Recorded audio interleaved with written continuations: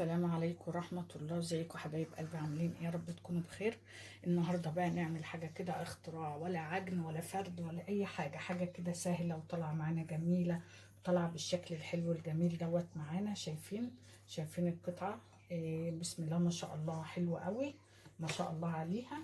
ما خدتش مني اي وقت، ومن غير عجن ولا فرد، ما شاء الله عليها، وحشوتها بسيطة. قبل ما نروح بقى لطريقة التحضير، ما تنسونيش في لايك واشتراك في القناة، بحبكم في الله. يلا بينا على الطريقة. بسم الله الرحمن الرحيم. معايا هنا بقى بنات إيه اللحمة انا نزلت بيها. تمام. هنزل بقى بصلاية،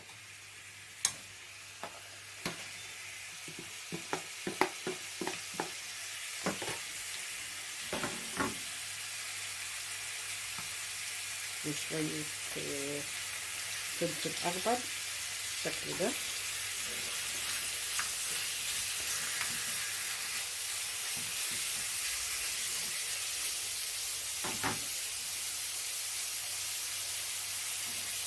هنزل بقى بالتوابل،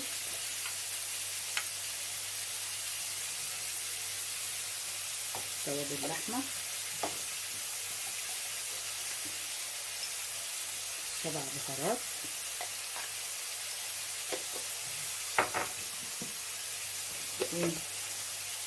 وشوية ملح، معلقة كده. تمام. وفلفل اسمر، بس كده.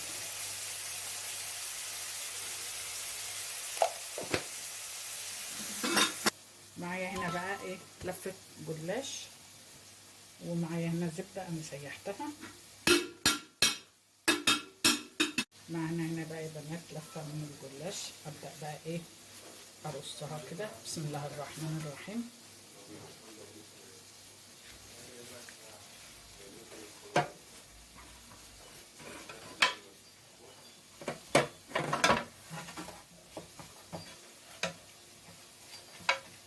بالشكل ده كده.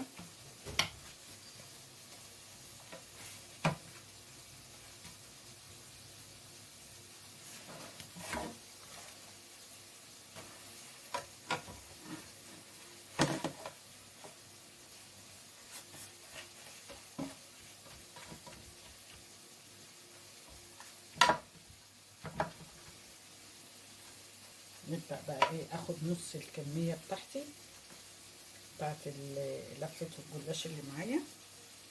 ومعايا هنا اللحمة على البوتاجاز بشوحها عشان تبقى الحشوة بتاعتها.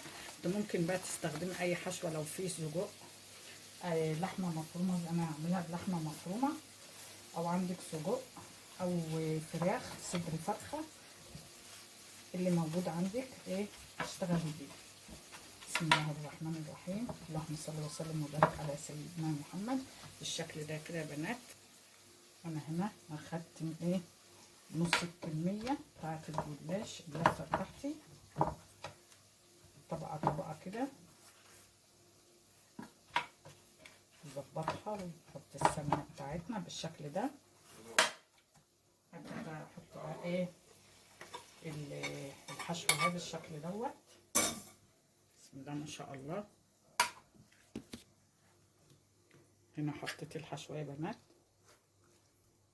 ابدأ بقى افرد الحشوة بتاعتي فيها.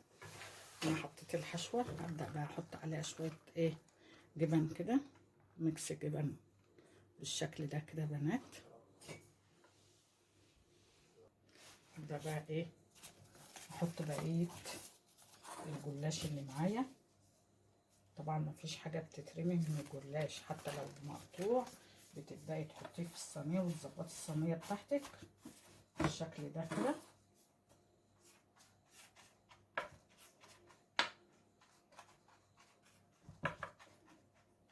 زي الفل معايا. نبدأ بقى نكمل بقية الكمية بتاعت الجلاش. بسم الله ما شاء الله. وصلتوا بقى معايا لحد هنا، متنسونيش في لايك واشتراك في القناة، كومنت حلو منكم كده، ربنا يجعلكم كده نعمة في حياتي يا رب.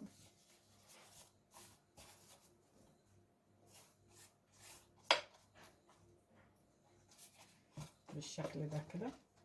حط بقى بقيه الكميه كلها. معايا هنا بقى بوله فيها كوبايه لبن، تمام. هنزل فيها بمعلقه من البيكنج باودر صغيره، تمام، وبيضه وفلفل اسمر،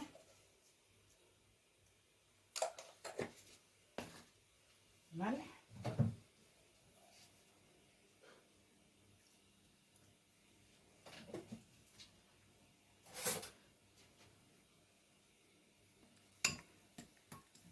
انا هنا بقى يا بنات ما جيتش ناحيه الصينيه ولا قطعتها، تمام. ابدا اضرب بقى المكونات دي كلها في بعض كده عشان ادوب الملح والفلفل الاسمر والبيضه بتاعتي كويس قوي في اللبن، ومعلقه الايه البيكنج باودر بالشكل ده كده زي الفل معايا.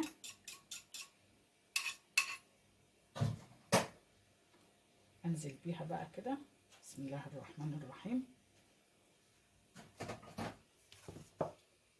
انا نزلت بيها باللبن والبيضه ومعلقه بيكنج باودر والملح والفلفل الاسمر، تمام بنات بالشكل ده كده. دخلها الفرن، انا ما قطعتهاش. انا هنا بقى طلعت الصينيه بتاعتي من الفرن يا بنات. خدت لون حلو من تحت. معايا هنا بقى شويه هنا طماطم مقطعاهم حتت صغيره كده، تمام، وخليهم من القلب بالشكل ده كده.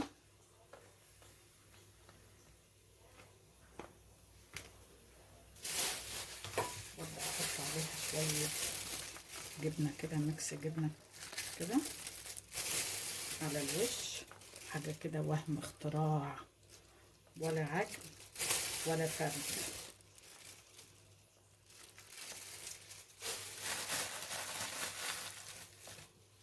ديكي بقى نتيجة حلوة قوي لما تكوني تعملي اي حاجة وعايزة المطة بتاعت الجبنة تطلع بعد ما تدخل في التسوية وتاخد لون كده، وتديها بقى اللون اللي فوق، تبدأي بقى تطلعيها وتحطي عليها الجبنة بالشكل ده. انا بقى ادخلها تحت الشواية كده شوية وارجع. الصينية بتاعتي طلعت عين من الفرن يا بنات، بسم الله ما شاء الله عليها، ما شاء الله عليها جميلة قوي. بسم الله الرحمن الرحيم. انا ما كنتش قطعتها طبعا، نقطعها بقى بالشكل ده كده. اللهم صل وسلم وبارك على سيدنا محمد. طلع حلو قوي معانا، ولا عجن ولا فرد، وعملنا احلى فطيره. ممكن بقى تعمليها بشويه سجق عندك، لحمه مفرومه، صدر فرخه مضروب، جبن وزيتون برضو بتبقى حلوه قوي.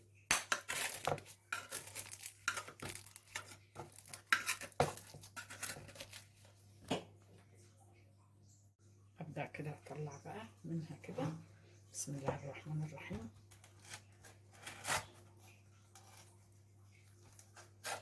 بسم الله ما شاء الله.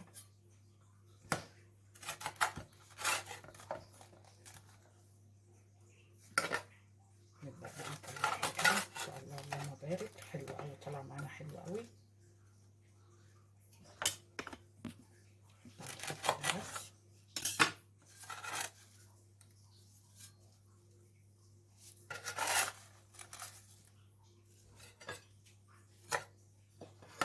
بسم الله ما شاء الله يا بنات، طلع معانا حلو قوي وجميله ما شاء الله عليها بالشكل ده اهوت.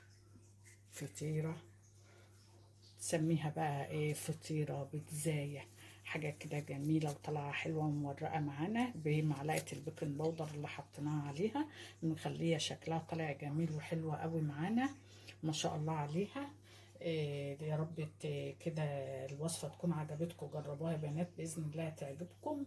ان عجبتكم ما تنسونيش في لايك وشير واشتراك في القناه، بحبكم في الله يا احلى متابعين. بسم الله ما شاء الله، حاجه كده لوز ما شاء الله، حاجه زي السكر. بلفة جلاش عملناها، بإذن الله هتطلع معاكم حلوة وفطيرة حلوة وجميلة قوي. جربوها بالشكل ده ما شاء الله عليها. يلا بينا بقى نشوف احنا عملناها ازاي، الحاجة العسل والسكر ده.